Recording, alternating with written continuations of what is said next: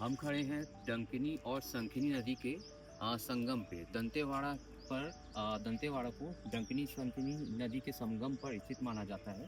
खासकर जो दंतेश्वरी मैया का मंदिर है, जो कि 51 शक्ति पीठों में से एक शक्तिपीठ है, उसे डंकिनी नदी और शंकिनी नदी के संगम पर स्थित माना जाता है।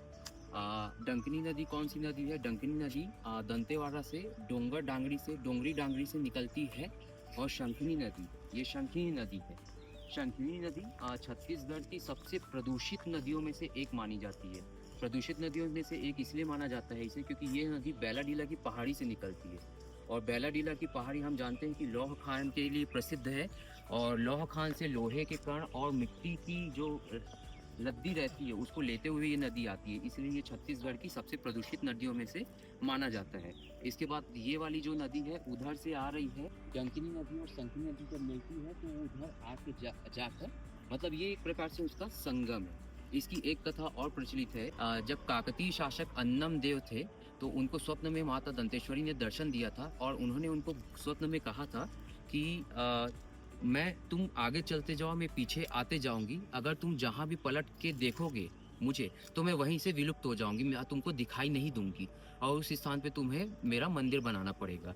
तो वो हुआ ये कि मैया पीछे पीछे आती रही, अन्नम देव आगे आगे जाते रहे। स्वप्न की बात है ये। एक जगह ऐसे आती है कि ये संगम में ही, रेत दिखा दो। पायल की आवाज़, माता रानी की पायल की आवाज़ जब आना बंद हो जाता है, तो अन्नम देव को लगता है कि मैया पीछे नहीं आ रही हैं और वो पलट जाता है। चूँकि इसकी कहानी ये है कि मैया ने बोला रहता है कि जहाँ तुम पलटोगे, वहाँ पे मैं अदृश्य हो जाऊँगी और तुम्हें वहाँ मेरा मंदिर बनाना पड़ेगा। तो यहाँ जब वैसा पलटा हो, क्योंकि रेत में चलने के कारण मैया की पायल की झनकार बंद हो गई। अन्नम देव जब पलट के देखा, तो उसे यहीं पे मंदिर बनाना पड़ गया। ये यहाँ का इतिहास है।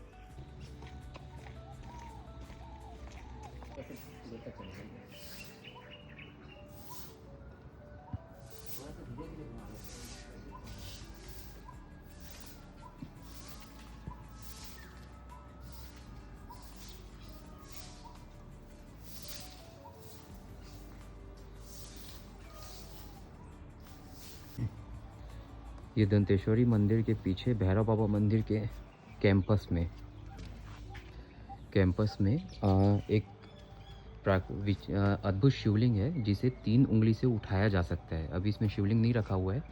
रात को शायद मंदिर बंद करने के दौरान शिवलिंग को लेकर भैरव बाबा मंदिर में रख दिया जाता है।